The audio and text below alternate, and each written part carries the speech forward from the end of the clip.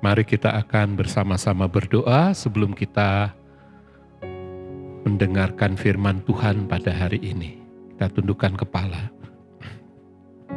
Bapa, di dalam nama Tuhan Yesus kami bersyukur kalau pada hari ini kembali kami boleh bersama-sama kembali belajar dari firman Tuhan. Terima kasih Tuhan, kami percaya firman Tuhan itulah kekuatan kami yang meneguhkan kami, memberikan kekuatan penghiburan, serta di masa-masa yang sulit ini kami percaya firman-Mu membimbing kami dan menolong kami untuk kami tetap setia mengabdi kepada Engkau. Terima kasih Tuhan, memberkati pemberitaan firman ini Tuhan. Kau urapi baik hamba-Mu yang menyampaikan dan jemaat Tuhan yang mendengarkan firman Tuhan.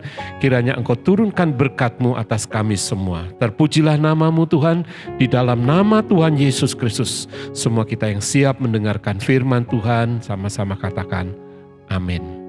Amin. Puji Tuhan. Hari ini kita berada pada hari Minggu tanggal 7 Juni tahun 2020. Puji Tuhan ya. Kita akan belajar firman Tuhan kembali. Mari kita akan sama-sama nyatakan kesiapan kita sebelum kita mendengarkan firman Tuhan. Saya undang kita bersama-sama berdiri dan mengangkat Alkitab kita. Mari sama-sama katakan 1, 2, 3. Ini Alkitabku, aku adalah seperti yang dikatakannya. Aku memiliki apa yang dikatakannya, aku sanggup melakukan apapun yang dikatakannya. Hari ini aku akan diajarkan firman Tuhan, aku mengaku dengan yakin bahwa hatiku siap dan pikiranku menerima. Aku tidak akan pernah menjadi sama lagi. Aku adalah gereja yang hidup dan berbuah di dalam nama Tuhan Yesus. Amin. Silakan duduk kembali Bapak Ibu Saudara yang dikasihi Tuhan. Baik, pada hari ini kita akan berbicara mengenai iman yang besar, ya, mengenai iman yang besar.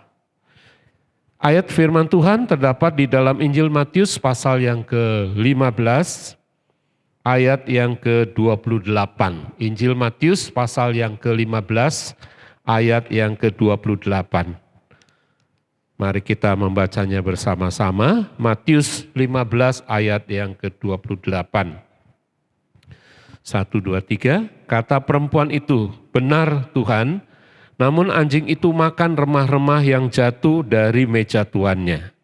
Maka Yesus menjawab dan berkata kepadanya, hai ibu, besar imanmu, maka jadilah kepadamu seperti yang kau kehendaki. Dan seketika itu juga anaknya sembuh. Amin. Saudara, ayat acuan kita pada hari ini ada dalam Matius pasal yang ke-15 ayat yang ke-28. Yesus berkata kepada perempuan ini, dikatakan, hai ibu, besar imanmu, maka jadilah kepadamu seperti yang kau kehendaki. Kita akan melihat dulu tujuan daripada pembahasan ini. Yang pertama adalah untuk mengajarkan kita bahwa kita perlu memiliki iman yang besar, terutama pada hari-hari ini di mana kita mengalami mungkin ada berbagai kesulitan, kendala-kendala dalam pekerjaan, dalam usaha kita mengalami kendala. Mari kita mau percaya kepada Tuhan dan miliki iman yang besar. Ya, kenapa saudara? Karena setiap perjanjian Tuhan itu dapat tergenapi di dalam hidup kita kalau kita mempunyai iman kepada Tuhan. Ya. Jadi saya percaya bahwa Tuhan menginginkan kita memiliki iman yang besar. Nah, kalau kita membaca tema ini atau mendengar tema ini tentang iman yang besar, mungkin kita berkata, bagaimana mungkin ya? Ada pertanyaan-pertanyaan yang timbul di dalam hati kita, bagaimana mungkin saya mempunyai iman yang besar? Mungkin ada yang beralasan, saya kan masih muda. Ya. Bisakah saya mempunyai iman yang besar? Atau mungkin ada yang berkata, saya belum lama menjadi orang yang percaya kepada Yesus. Mungkinkah saya mempunyai iman yang besar? Atau bahkan mungkin ada orang yang berkata, loh saya ini belum tahu tentang Tuhan, belum banyak tahu tentang Yesus. Mungkinkah saya mempunyai iman yang besar? Saudara, atau mungkin ada pernyataan-pernyataan yang mungkin kita berkata begini, nah kalau orang itu ya dia sudah pelayanan, pasti dia mempunyai iman yang besar, ya. Atau kita menunjuk kepada yang lain, kepada si A, kepada si B, kita berkata kalau orang itu ya sudah lama ikut Tuhan, ya sudah dewasa, pasti dia mempunyai iman yang besar. Atau mungkin kita menunjuk kepada orang-orang yang aktif di gereja, serta mungkin kepada pelayan-pelayan yang aktif di gereja. Bahkan mungkin kita berkata itu loh, pendeta itu punya iman yang besar. Nah, saudara-saudara, ada pernyataan, ada pertanyaan.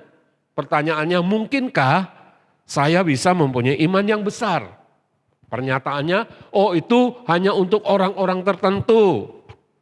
Mereka yang mempunyai iman yang besar. Kalau saya kan masih muda, saya belum lama percaya Tuhan. Bahkan saya belum tahu apa-apa. Nah, Bapak Ibu yang dikasih Tuhan, ternyata di dalam Injil Markus pasal yang keempat, ayat yang ke-40, saya bacakan ya, Markus pasal yang keempat, ayat yang ke-40.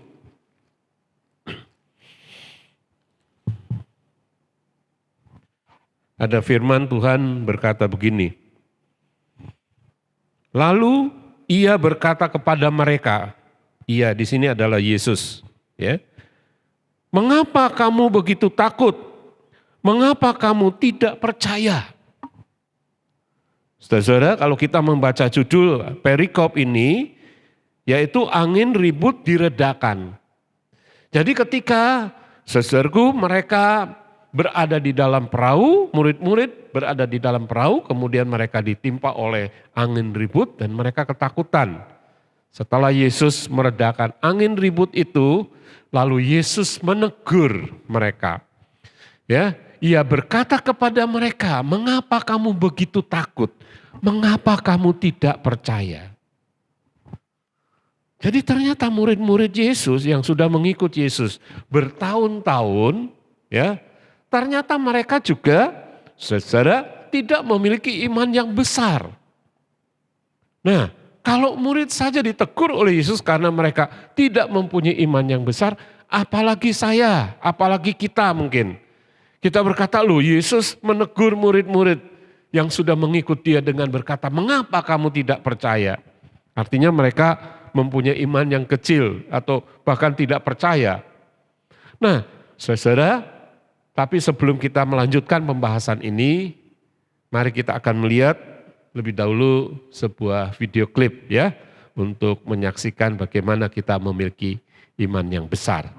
Selamat menyaksikan.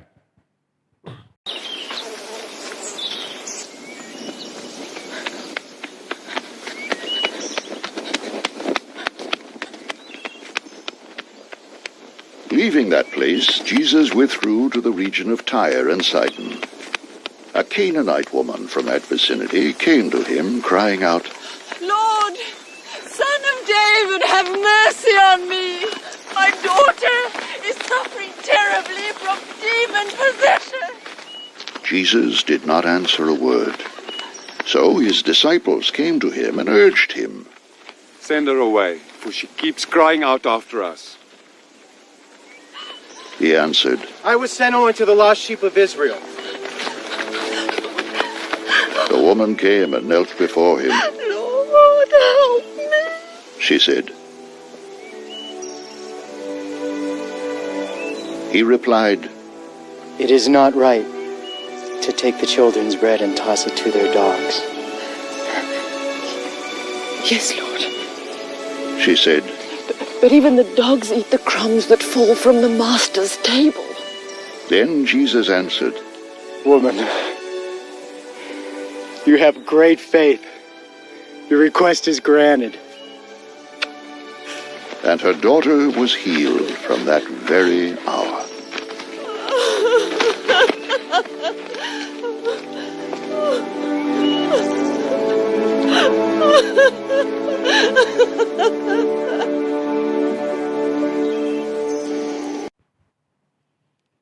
Nah, dari video klip ini kita melihat tentang seorang wanita, ya. Wanita yang meminta tolong kepada Yesus. Wanita ini adalah seorang perempuan Kanaan. Jadi wanita ini bukan orang Israel. Mari kita akan membaca ceritanya di dalam Matius pasal yang ke-15, ayat yang ke-21 sampai ayat yang ke-28. Saya bacakan Matius 15 ayat 21 sampai 28. Lalu Yesus pergi dari situ dan menyingkir ke daerah Tirus dan Sidon. Maka datanglah seorang perempuan Kanaan dari daerah itu dan berseru, "Kasihanilah aku ya Tuhan anak Daud, karena anakku perempuan kerasukan setan dan sangat menderita." Tetapi Yesus sama sekali tidak menjawabnya. Lalu murid-muridnya datang dan meminta kepadanya, "Suruhlah ia pergi, ia mengikuti kita dengan berteriak-teriak." Jawab Yesus, "Aku diutus hanya kepada domba-domba yang hilang dari umat Israel." Tetapi perempuan itu mendekat dan menyembah dia sambil berkata, "Tuhan, tolonglah aku." Tetapi Yesus menjawab, "Tidak patut mengambil roti yang disediakan bagi anak-anak dan melemparkannya kepada anjing." Kata perempuan itu, "Benar Tuhan, namun anjing itu makan remah-remah yang jatuh dari meja tuannya." Maka Yesus menjawab dan berkata kepadanya, "Hai ibu, besar imanmu, maka jadilah kepadamu seperti yang kau kehendaki." Dan seketika itu juga anaknya sembuh. Saudara, jadi ada seorang perempuan Kanaan yang mempunyai suatu masalah. Apa masalahnya? Dikatakan anaknya kerasukan setan dan sangat menderita. Rupanya perempuan ini pernah mendengar tentang Yesus, bagaimana Yesus menyembuhkan orang dan bahkan Yesus mengusir setan-setan. Ya, maka dia datang kepada Yesus dan berseru, "Kasihanilah aku ya Tuhan, anak Daud, karena anakku perempuan kerasukan setan dan sangat menderita." Nah, dari ayat-ayat atau cerita ini kita bisa belajar bagaimana kita memiliki iman yang besar. Bagian yang pertama, dasar daripada iman. Ya. Alkitab menyebutkan bahwa iman adalah sesuatu yang tidak kelihatan. Percaya kepada sesuatu yang belum kita lihat. Ya, tapi tidak sembarang percaya. Artinya kita percaya kepada Tuhan meskipun kita tidak melihat. Karena itu adalah merupakan dasar daripada iman. Nah, saudara, pengenalan yang sederhana. Rupanya perempuan Kanaan ini sudah pernah mendengar siapa Yesus itu. Maka ketika dia berseru kepada Yesus, dia berkata, "Ya Tuhan, anak Daud." Saudara, ini adalah pengakuan iman. Ya. Dan saya mau katakan bahwa ini adalah pengakuan iman yang alkitabiah. Artinya pengakuan iman yang sesuai dengan Alkitab. Pertama dia berkata, "Ya Tuhan, anak Daud." Ya, Tuhan itu artinya penguasa. Tuhan itu artinya yang berdaulat, yang berkuasa, yang berhak atas hidupnya. Dia berkata, "Ya Tuhan." Nah, kemudian kalimat berikutnya dia berkata, "Ya Tuhan, anak Daud." Ya, mungkin kita berpikir bagaimana mungkin Tuhan kok anak Daud. Ya. Saudara, rupanya kata-kata ini atau ucapan panggilan kepada Yesus ini merupakan satu ucapan yang sudah didengar oleh perempuan ini dari antara murid-murid atau mungkin dari orang-orang lain. Kenapa disebut anak Daud? Kita tahu bahwa Yesus lahir dari keturunan Daud. Daud itu adalah seorang raja. Anak Daud itu menunjuk kepada kita bahwa Yesus adalah Tuhan yang dilahirkan menjadi manusia dari keturunan Daud, sang raja. Ini adalah pengakuan atau dasar iman yang paling sederhana. Tapi ini adalah merupakan dasar yang sesuai dengan Alkitab. Nah, saudara, jadi kalau kita mau memiliki suatu iman yang besar, mulailah dengan dasar yang paling sederhana. Akuilah dia bahwa dia adalah Tuhan, anak Daud. Seringkali Yesus juga menyatakan dirinya sebagai anak manusia. Ya, atau anak Daud. Mari kita akan melihat, saudara, setelah perempuan ini memiliki suatu dasar iman yang sederhana, maka bagian yang kedua, iman ini harus diuji. Ya, iman ini harus diuji. Apakah dia percaya kepada Yesus sebagai Tuhan anak Daud ini hanya sekedar ikut-ikutan saja? Ya, yang lain berkata begitu, aku juga ikut. Atau apakah ini timbul dari dalam hati? Perlu diuji. Maka ketika perempuan ini, saudaraku, datang kepada Yesus, ya, Yesus mulai mengujinya. Ya. Saudara, pertama-tama kita harus menyadari lebih dahulu bahwa kita membutuhkan Tuhan di dalam hidup kita. Karena itu kita perlu meminta anugerah Tuhan. Seperti perempuan ini berkata, kasihanilah aku. Artinya, berilah aku anugerah, kasih karunia. Tapi saudaraku, iman ini harus diuji. Nah, ujiannya bagaimana saudara? Kita tahu bahwa ketika Tuhan menguji iman seseorang, dia tidak ngomong dulu.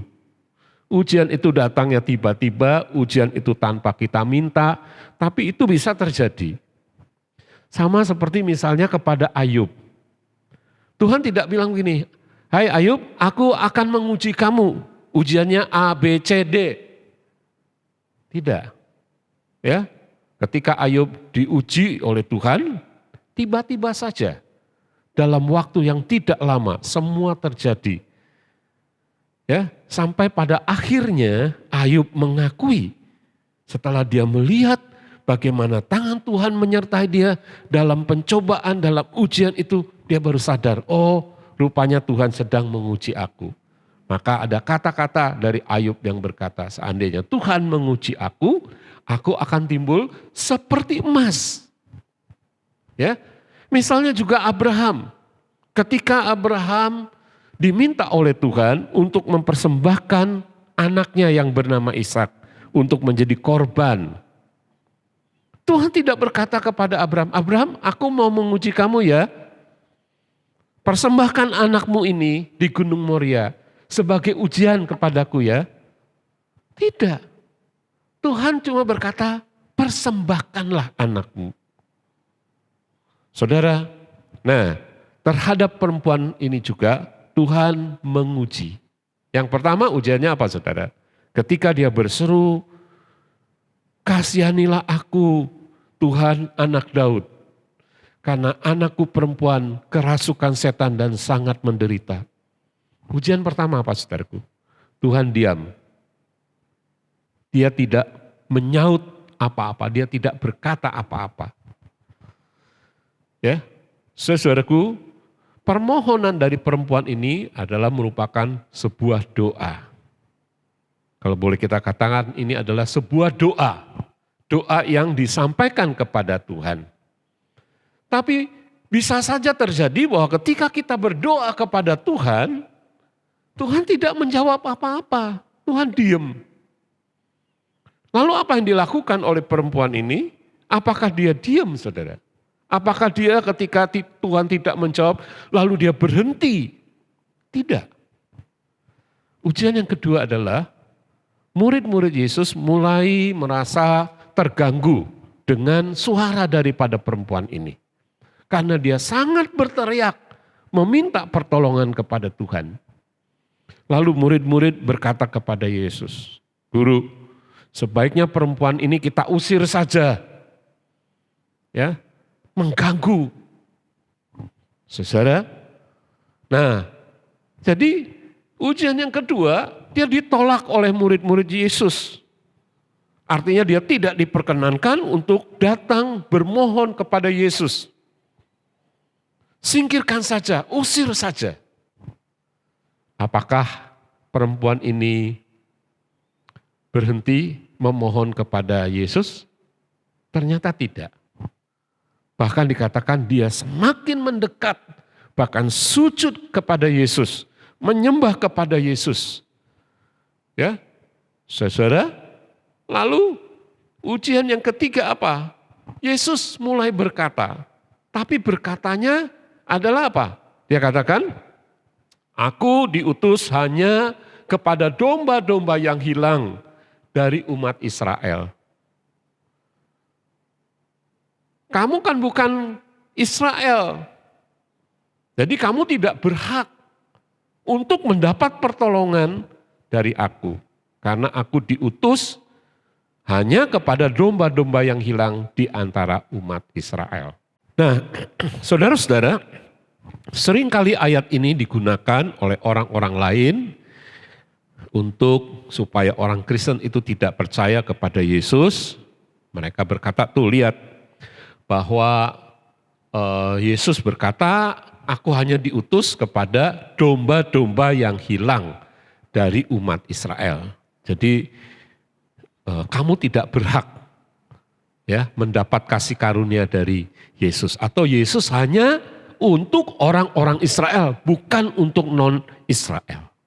Saudara-saudara, tapi itu hanya merupakan suatu ujian.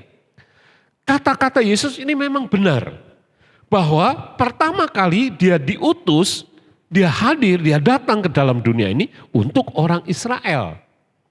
Ya, nah nanti setelah menjelang kenaikannya ke surga, maka Yesus memberitahu kepada murid-murid. Ya, dikatakan bahwa beritakanlah Injil sampai ke semua bangsa.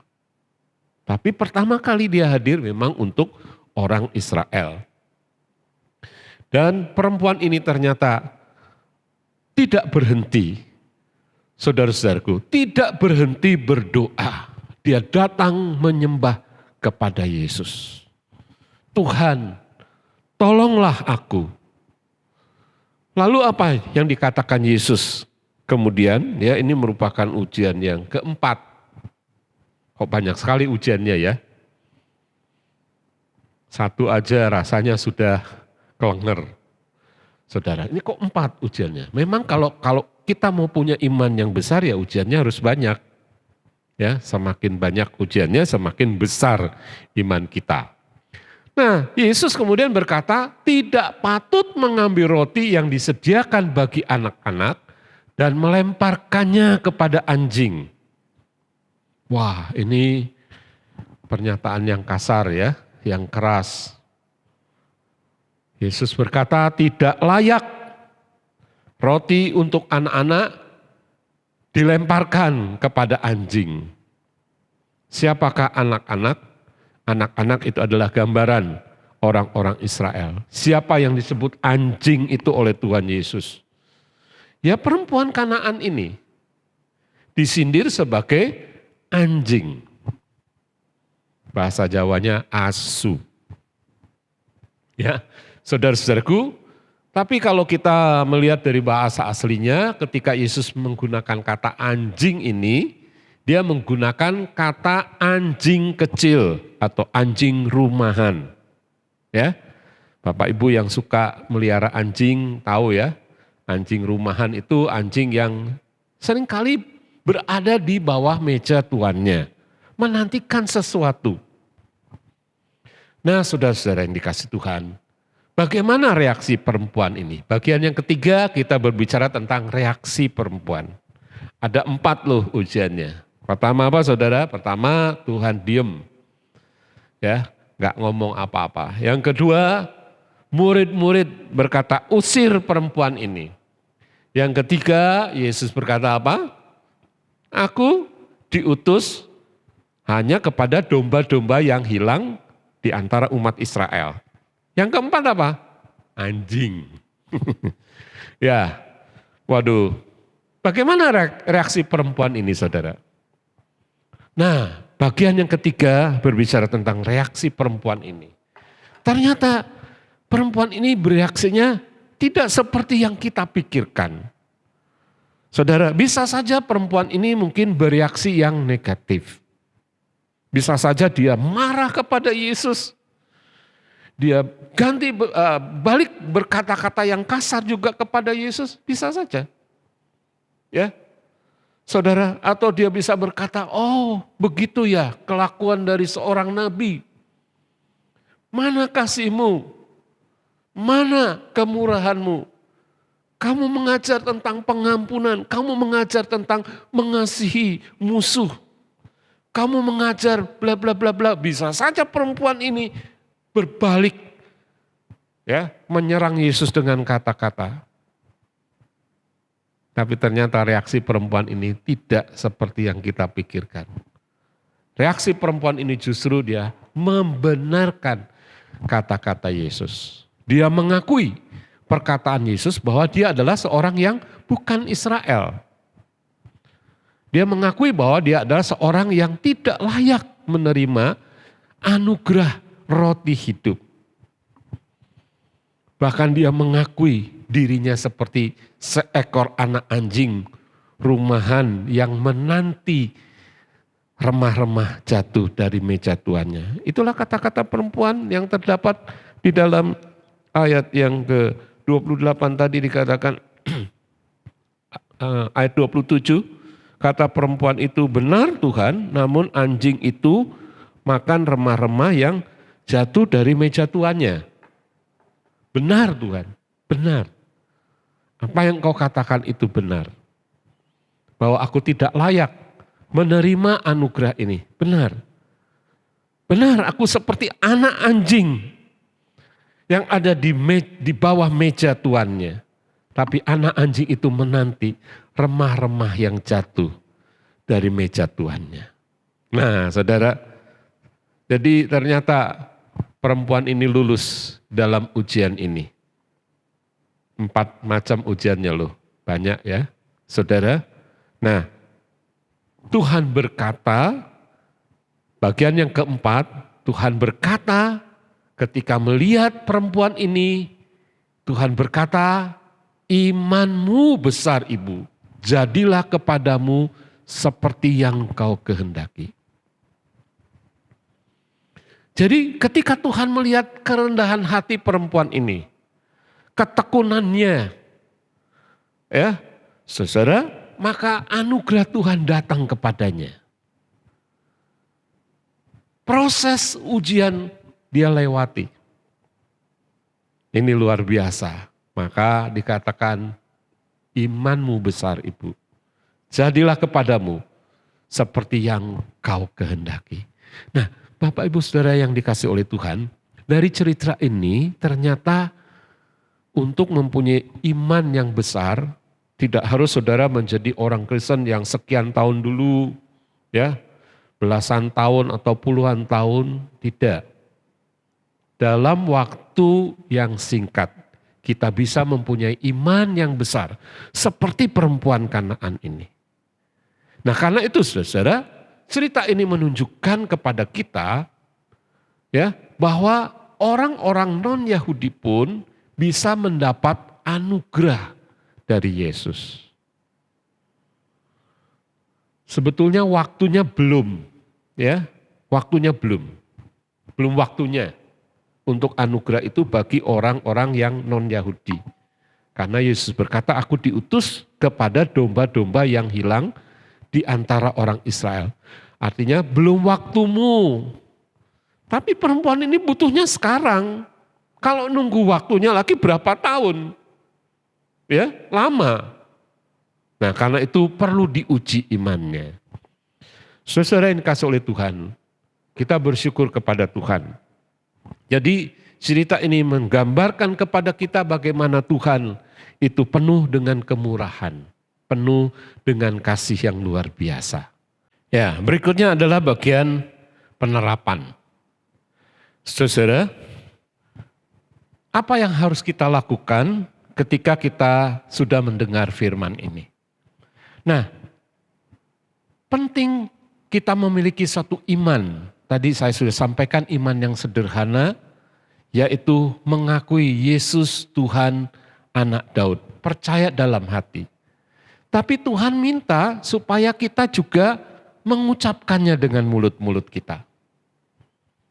Ada ayat firman Tuhan, terdapat dalam 2 Korintus 4 ayat yang ke-13.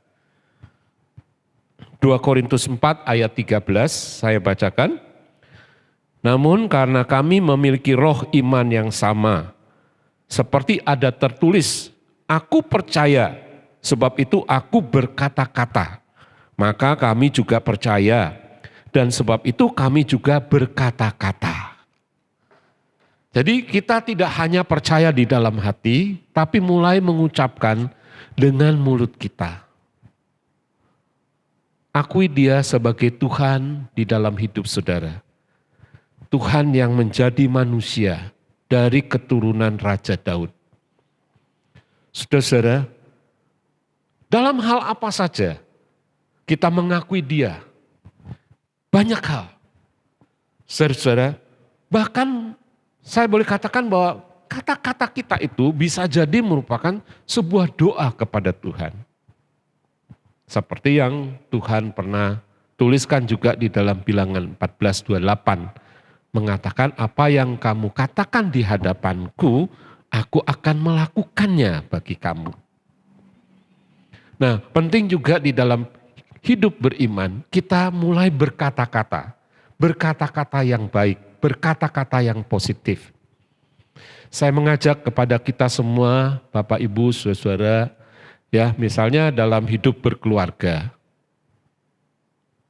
Ya, seringkali mungkin apalagi dengan sekarang semua ada di rumah kumpul bareng, ya, yang biasa kita mungkin terpisah karena anak-anak sekolah, karena suami bekerja, tapi sekarang berada di rumah lebih banyak waktu, dan ketika berada di rumah lebih banyak waktu, ya, saling bersinggungan satu dengan yang lain. Tanpa kita sadari kita mulai berkata-kata yang tidak baik. Mungkin ayah berkata kepada ibu satu kata-kata yang tidak baik. Atau seorang ayah berkata yang tidak baik kepada anak-anaknya. Misalnya karena keselnya, jengkelnya, ayah berkata, kamu tolol ya. Atau kamu goblok ya. Nah, Bapak Ibu yang dikasih oleh Tuhan, sekarang kita sudah mendengar firman Tuhan. Stop berkata-kata yang negatif, terutama untuk keluarga kita. Amin, setuju Bapak Ibu ya, setuju ya. Coba bayangkan, andai kata anak-anak kita itu menjadi tolol, menjadi goblok, apa enggak susah kita. Karena kata-kata kita bisa jadi merupakan sebuah doa. Ya, jadi penting bagi kita percaya dalam hati, kemudian kita mengucapkannya melalui mulut. Kita bisa ucapkan kepada Tuhan, kita bisa ucapkan juga kepada sesama kata-kata yang baik. Nah, kemudian saudara, sebagai penerapan dari cerita ini kita bersyukur kepada Tuhan bahwa Tuhan tidak menolak wanita Kanaan ini. Wanita yang bukan orang Israel. Ya, saudara, meskipun belum waktunya untuk dia mendapat pertolongan, tetapi karena dia mempunyai iman yang besar, dia diterima, bahkan dikatakan seketika itu juga sembuhlah anaknya. Kemudian penerapan yang berikut adalah bahwa hal yang sama akan terjadi di dalam hidup kita jika kita berdoa kepada Tuhan. Kalau kita beriman kepada Tuhan, ya, apa yang kita ucapkan di hadapan Tuhan, Tuhan akan mengabulkannya. Tuhan akan melakukannya bagi kita, terutama untuk keselamatan jiwa kita. Kalau hari-hari ini kita berkata, seandainya saya meninggal dunia hari ini, apakah saya yakin pasti masuk surga? Barangkali ada di antara kita yang berkata, saya tidak tahu kemana saya akan pergi. Saya berharap sih akan sampai ke surga. Tapi harapan itu bukan merupakan kepastian loh. Nah, hari ini kita bisa mengakui Yesus sebagai Tuhan dan Juru Selamat kita. Anak Daud artinya Tuhan yang lahir menjadi manusia untuk menyelamatkan kita. Ketika kita mengakui Dia di dalam hidup kita, maka Tuhan menjamin keselamatan kita. Haleluya. Puji Tuhan ya. Puji Tuhan. Mari kita akan membaca kembali penutupnya. Sama-sama dari Matius 15 ayat 28. Kita baca bersama-sama, 1, 2, 3. Kata perempuan itu, benar Tuan, namun anjing itu makan remah-remah yang jatuh dari meja tuannya. Maka Yesus menjawab dan berkata kepadanya, hai ibu, besar imanmu, maka jadilah kepadamu seperti yang kau kehendaki. Dan seketika itu juga anaknya sembuh. Amin. Amin. Mari Bapak Ibu kita datang kepada Tuhan. Saya percaya bahwa kita juga bisa memiliki iman yang besar seperti perempuan Kanaan ini. Meskipun mungkin kita belum lama menjadi orang percaya, atau kita sudah lama menjadi orang percaya, ya, atau apapun kondisi kita, ya, kita bisa mempunyai iman yang besar. Dan Tuhan akan menjawab setiap doa yang kita panjatkan kepada Tuhan. Amin, amin. Mari kita datang kepada Tuhan dan hari ini seperti sedia kala, seperti biasanya kita pada awal bulan mengadakan perjamuan kudus. Bapak Ibu mari kita datang kepada Tuhan dan sebentar kita akan melakukan perjamuan kudus. Haleluya. Mari kita menyanyikan pujian kita kepada Tuhan. Telah kulihat bukti kasih-Mu, Kau menderita, gantikanku.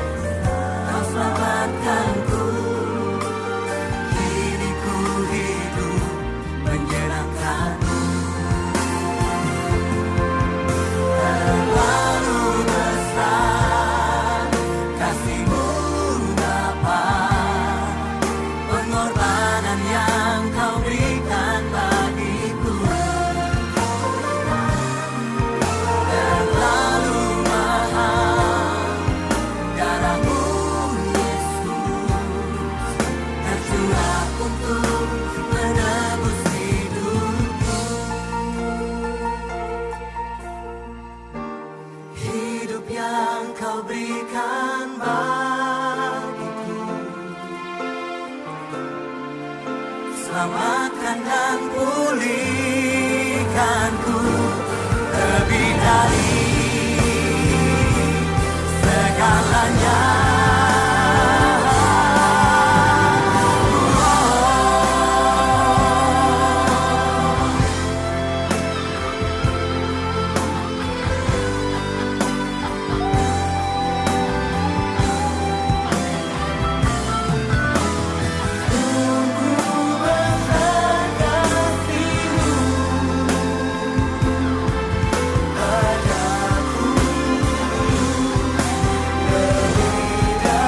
Sama-sama terlalu besar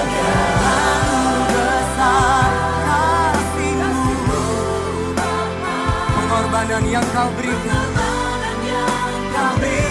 bagiku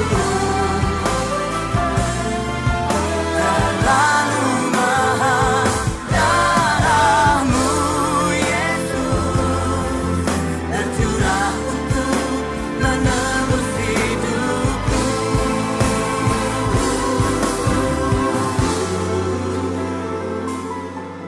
Tercurah untuk menebus hidupku.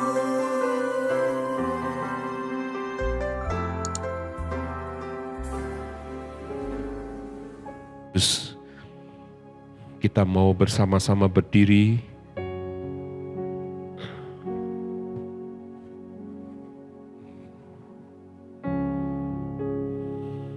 Kita siapkan roti dan anggur. Mari kita datang kepada Tuhan. Terima kasih Tuhan Yesus. Sungguh luar biasa Tuhan, kasih-Mu telah Engkau nyatakan kepada kami, pemeliharaanmu, juga anugerah-Mu, sehingga kami memiliki iman yang benar kepada Engkau. Dan kami berdoa Tuhan, bukan hanya iman yang benar yang kami miliki, tapi hari ini supaya iman kami yang benar itu juga menjadi iman yang besar. Dan hari ini kami bersama-sama akan mengenang akan kematian Kristus di atas kayu salib melalui perjamuan kudus yang akan kami lakukan. Turunkanlah berkat-Mu atas kami semua Tuhan, sehingga kami boleh diingatkan bahwa segala dosa kami telah Tuhan tebus, telah Tuhan gantikan di atas kayu salib. Haleluya, haleluya, haleluya. Mari kita bersama-sama mengangkat roti di tangan kanan kita. Saya bacakan firman Tuhan. Sebab apa yang telah kuteruskan kepadamu telah aku terima dari Tuhan, yaitu bahwa Tuhan Yesus pada malam waktu Ia diserahkan mengambil roti, dan sesudah itu Ia mengucap syukur atasnya. Ia memecah-mecahkannya dan berkata, inilah tubuhku yang diserahkan bagi kamu. Perbuatlah ini menjadi peringatan akan aku. Mari kita mengucap syukur kepada Tuhan untuk tubuh Yesus yang dipecah-pecahkan bagi kita. Terima kasih Tuhan Yesus, di atas kayu salib Engkau merelakan dirimu disalibkan. Di sanalah dengan mata iman kami melihat bahwa segala siksa api neraka yang seharusnya kami tanggung di dalam tubuh kami telah Engkau ambil alih di dalam tubuh-Mu di atas kayu salib. Kami bersyukur Tuhan. Haleluya, haleluya. Mari Bapak Ibu dengar firman Tuhan. Adapun roti yang kita pecah-pecahkan bersama, bukan kayak itu persekutuan di dalam tubuh Kristus. Haleluya. Mari kita makan bersama-sama di dalam nama Tuhan Yesus.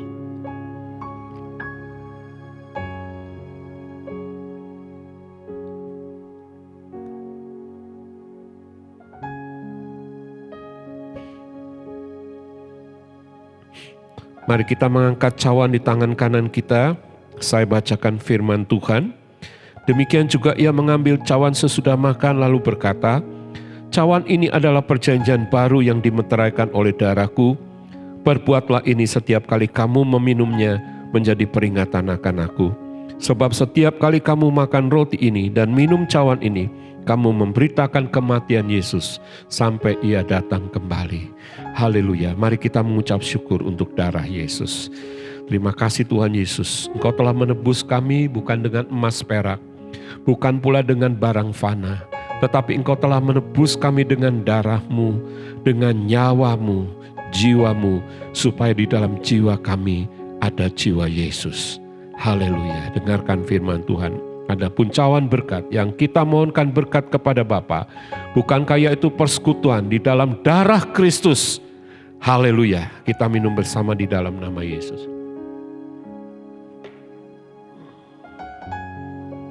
Haleluya, haleluya. Mari kita berdoa.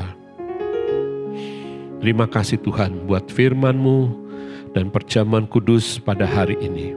Kami bersyukur kepada Engkau karena Engkau telah menebus kami bukan dengan emas perak, tetapi Engkau telah menebus kami dengan darah-Mu, dan sekarang kami boleh Tuhan menjadi orang-orang yang dimerdekakan.